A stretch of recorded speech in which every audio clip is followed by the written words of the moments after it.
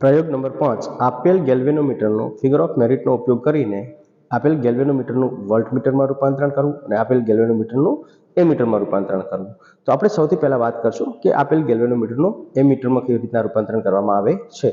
આપણને બધાને ખબર છે કે એમીટર જ્યારે બનાવવું હોય ત્યારે ગેલ્વેનોમીટર સાથે શન્ટ અવરોધ નાના મૂલ્યનો જોડવામાં આવે છે અને જે હંમેશા સમાંતરમાં જોડવામાં આવે છે, જેથી કરીને મોટાભાગનો પ્રવાહ જે છે એ શન્ટ અવરોધમાંથી પસાર થઈ જાય અને ગેલ્વેનોમીટરનો અવરોધ પરિપથમાં કામ કરે નહીં.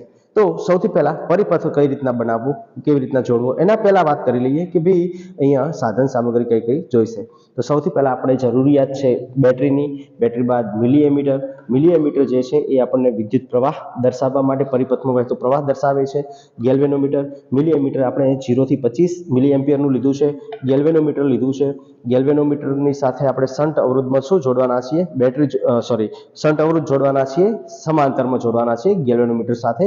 ત્યારબાદ અહીંયા આપણે રિયોસ્ટેટ લેશું. રિયોસ્ટેટ પછી કળ અને આવી રીતના આપણું સેટઅપ તૈયાર છે.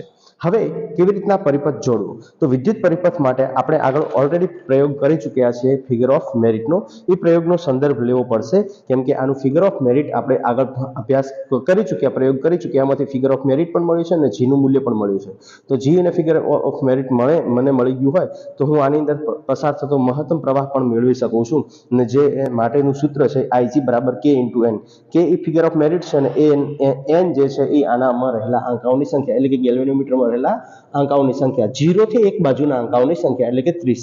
ઓકે, અહીંયા જીનું મૂલ્ય આપણે ઓલરેડી પ્રયોગ નંબર 4માં લઈ લીધું છે, સમજી ચૂક્યા છીએ. અને એના આધારે S બરાબર IG × G ભાગ્યા I માઇનસ IG નું સૂત્ર છે. શન્ટ અવરોધનું મૂલ્ય શોધશું. IG ખબર છે, G ખબર છે, IG ખબર છે. I નું મૂલ્ય મેળવવાનું છે, જે મને અહીંયા જે કહેવાય કે મિલી એમીટર છે એમાં મળી જશે. પરિપથ કેવી રીતના જોડવો? તો પરિપથના જોડાણ માટે બેટરીનો ધન છેડો છે એ મિલી એમીટર સાથે આપવામાં આવે છે. મિલી એમીટરમાંથી બે છેડા જશે, એક છેડો ગેલ્વેનોમીટરમાં, એક છેડો શન્ટ અવરોધમાં. ત્યાંથી બે છેડા ગેલ્વેનોમીટરનો બીજો છેડો અને શન્ટનો બીજો છેડો ભેગા થઈને રિયોસ્ટેટમાં જશે. રિયોસ્ટેટમાંથી કળ અને કળમાંથી બેટરીના ઋણ છેડામાં. તો પરિપથ આપણે જોઈ લઈએ. બેટરી છે, બેટરીનો ધન છેડો છે એ સીધો મિલી એમીટરમાં આવે છે. મિલી એમીટરમાંથી એક છેડો જે છે એ શન્ટ અવરોધને આવતો જે છેડો છે એ જ છેડો આગળ ગેલ્વેનોમીટરને પણ મળે છે. ગેલ્વેનોમીટર આની સાથે સમાંતર જોડવામાં આવે છે અને શન્ટ અવરોધનું મૂલ્ય નાનું હોવાના કારણે મોટાભાગનો પ્રવાહ શન્ટ અવરોધમાંથી પસાર થાય છે. ગેલ્વેનોમીટર માત્ર ને માત્ર કોણાવર્તન કરી શકે એટલો જ પ્રવાહ એની અંદરથી પસાર કરાવવામાં આવે છે.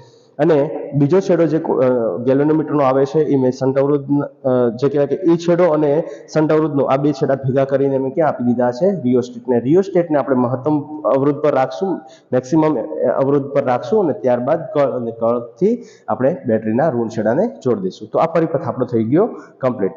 હવે ડિસ્કશન કરવાની છે કે કઈ રીતના રીડિંગ્સ લેવા. રીડિંગ્સ લેવા એકદમ સરળ છે. પહેલા આપણે મેઇન સ્વિચ ચાલુ કરશું. મેઇન સ્વિચ ચાલુ કર્યા પછી અહીંયા લાઇટ બ્લિંક કરતી હશે.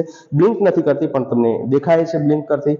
ઓકે, તો આપણે જોઈએ કે અહીંયા પણ પ્રવાહ જોવા મળે છે. અહીંયા ગેલ્વેનોમીટરમાં પણ કોણાવર્તન જોવા મળે છે. હવે હું શું કરીશ, અહીંયા જે રિયોસ્ટેટ છે એ રિયોસ્ટેટના રીડિંગ્સને હું વધારતો જઈશ. જેમ જેમ રિયોસ્ટેટનું રીડિંગ્સ એટલે કે રિયોસ્ટેટનો અવરોધ ઘટાડું છું એમ ગેલ્વેનોમીટરમાં તમે જોઈ શકો છો પ્રવાહ જે છે એ વધતો જાય છે. અને જેમ જેમ પ્રવાહ વધતો જાય છે તો આપણે ક્યાં સુધી આને વધારવાનો? મહત્તમ મૂલ્ય સુધી, એટલે કે 30ના આંકા સુધી મારે પ્રવાહ મેળવવાનો છે. તો તમે જોઈ શકો છો એક્ઝેક્ટ કાંટો છે 30 પર જતો રહ્યો. હવે આ 30 પર ગયો ત્યારે આની અંદર વહેતો પ્રવાહ જે છે એ IG છે અને એ IG આપણને K × N વડે મળે છે. તો 100% તેને 30 સુધી લઈ જવું ખૂબ જ જરૂરી છે, કેમ કે 30 સુધી જ્યારે આ કાંટો હશે ત્યારે જ આ ગેલ્વેનોમીટર જે છે એની અંદર વહેતો પ્રવાહ છે એ IG પ્રવાહ થશે. તો હવે IG મળી ગયો, મતલબ હવે આની અંદર વહેતો પ્રવાહ IG થઈ ગયો.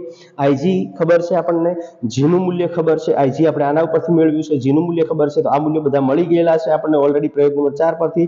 તો શન્ટ અવરોધનું મૂલ્ય આપણે શોધવાનું રહ્યું. શન્ટ અવરોધ માટે I ની જરૂર પડશે અને એ I જે છે એ મને અહીંયા મિલી એમીટરમાંથી મળશે. તો મિલી એમીટરમાં તમે જુઓ લઘુત્તમ માપ જે છે આનું કેટલું આપ્યું છે? તો આનું લઘુત્તમ માપ આપ્યું છે બેટા 0 થી 5 વચ્ચે.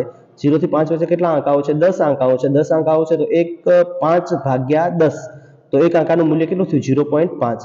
કેટલા આંકાઓ આપ્યા છે આપણને તમે જોઈ શકો છો? તો 10, 11, 12, 13, 14 અને 15 ને લગભગ ટચ છે, એટલે 7.5 અબાઉટ જે કહેવાય કે 7 to 7.5 ની વચ્ચે આપણને જે કહેવાય કે પ્રવાહ મળે છે એ પ્રવાહનું મૂલ્ય અહીંયા મૂકી ને આપણે શન્ટ અવરોધનું મૂલ્ય મેળવી શકીએ છીએ. એકદમ સરળ હતો આ પ્રયોગ. હવે આપણે વાત કરશું કે ભાઈ ગેલ્વેનોમીટરનું જે કહેવાય વોલ્ટમીટરમાં કેવી રીતના રૂપાંતરણ કરવામાં આવે. આ જે છે આ સેટઅપ ગેલ્વેનોમીટરનું એમીટરમાં રૂપાંતરણ માટે હતું. હવે વાત કરશું ગેલ્વેનોમીટરનું વોલ્ટમીટરમાં કેવી રીતના રૂપાંતરણ કરવામાં આવે છે. એના માટે હું પરિપથ જોડી દઉં છું, પછી આપણે આગળ ડિસ્કશન કરીએ. તો પરિપથનું જોડાણ તૈયાર કરી નાખ્યું છે. હવે વિદ્યુત પરિપથ કેવી રીતના છે, અહીંયા સાધન જરૂરી કયા કયા છે એની વાત કરી લઈએ. તો આપણી પાસે છે બેટરી પછી વોલ્ટમીટર લઈશું અહીંયા, કેમ કે મારે વોલ્ટેજ શોધવાના છે, વોલ્ટમીટર બનાવવાનું છે. ગેલ્વેનોમીટર મોટા શન્ટ અવરોધ સાથે જોડવામાં આવે છે. મોટો શન્ટ અવરોધ હંમેશા અહીંયા શ્રેણીમાં જોડવામાં આવે છે, કેમ કે આપણને ખબર છે કે વોલ્ટમીટરનો અવરોધ મહત્તમ હોય. આદર્શ વોલ્ટમીટર અનંત અવરોધ ધરાવે છે, આદર્શ એમીટર જે છે એ શૂન્ય અવરોધ ધરાવે છે. તો શૂન્ય અવરોધ માટે મોટા ભાગનો પ્રવાહ ક્યાંથી પસાર થશે? શન્ટ અવરોધ નાના મૂલ્યના. પણ અહીંયા જે વાત કરવાની છે એ મોટા ભાગનો પ્રવાહ ક્યાંથી પસાર થવાનો છે? ભાઈ બાહ્ય વોલ્ટમીટરમાંથી પસાર થવો જોઈએ. એટલે આ જે સેટઅપ બનવું જોઈએ, આ સેટઅપમાં મેક્સિમમ અવરોધ મળવો જોઈએ. ઓકે, એના પછી આ રિયોસ્ટેટથી કળથી આવી રીતના જોડાણ કરવામાં આવે. હવે આ તો વાત થઈ ગઈ કયા કયા સાધનો હતા. હવે વાત કરશું જોડાણ કેવી રીતના લેવામાં આવે. તો જોડાણ માટે સૌથી પહેલા આપણી પાસે બેટરી છે. બેટરીમાંથી એક છેડો જે છે વોલ્ટમીટરમાં જશે, બીજો છેડો ગેલ્વેનોમીટરમાં જશે. ગેલ્વેનોમીટરનો બીજો છેડો જે છે અવરોધ પેટીમાં, અવરોધ પેટીનો એક છેડો અને વોલ્ટમીટરનો એક છેડો ભેગા થઈ ને રિયોસ્ટેટમાં જશે ને પછી કળ સાથે, કળથી ઋણ છેડા બેટરીના ઋણ છેડા સાથે કનેક્ટ થશે. હવે કેવી રીતના પ્રયોગ કરવો એના માટે સૌથી પહેલા આપણે અહીંયાથી સ્વિચ ઓન કરશું. સ્વિચ ઓન કર્યા બાદ આપણે જોઈ શકીએ છીએ કે અહીંયા કંઈક વોલ્ટેજ આપણને જોવા મળે છે. અત્યારે રિયોસ્ટેટનો મહત્તમ અવરોધ હોવાના કારણે વોલ્ટેજ આપણને ઓછો બતાવે છે ને અહીંયા કોણાવર્તન પૂર્ણ બતાવે છે.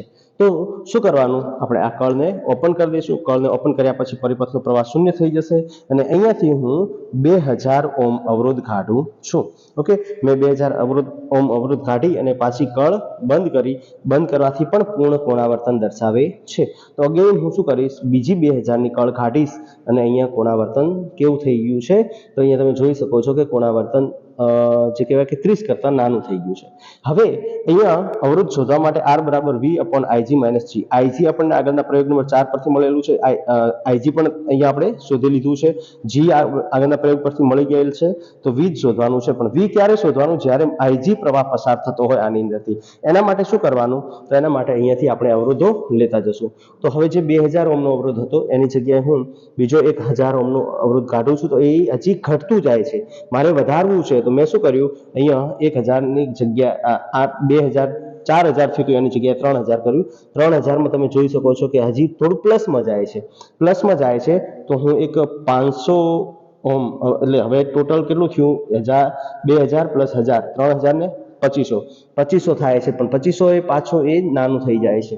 તો 500 હું એડ કરી દઈશ અને 200 ની પિન કાઢીશ. 200 ની પિન કાઢી તો લગભગ 30 પર એક્ઝેક્ટ આવી ગયું. તો ટ્રાયલ એન્ડ એરરથી આપણે કેટલો અવરોધ કાઢ્યો? અહીંયા 2000 પ્લસ 100 1000 એટલે કે 3200 અવરોધ મેં કાઢ્યો. ઓકે, હવે જ્યારે આ અવરોધ કાઢ્યો છે ત્યારે અહીંયા આપણે રીડિંગ લેવાનું કે કેટલા વોલ્ટેજ આપી રહ્યું છે. 2 વોલ્ટ એક્ઝેક્ટ આપે છે. તો 2 વોલ્ટ અહીંયા વેલ્યુ મૂકશું, Ig નું મૂલ્ય મૂકશું, G નું મૂલ્ય મૂકશું અને R નું મૂલ્ય મળી જશે. ઓકે, તો આવી રીતના આપણે આ પ્રયોગ કરવાનો છે ને આવી રીતના સરસ રીતનું તમે પ્રયોગ કરી અને સરસ એક્ઝામ આપો. All the best.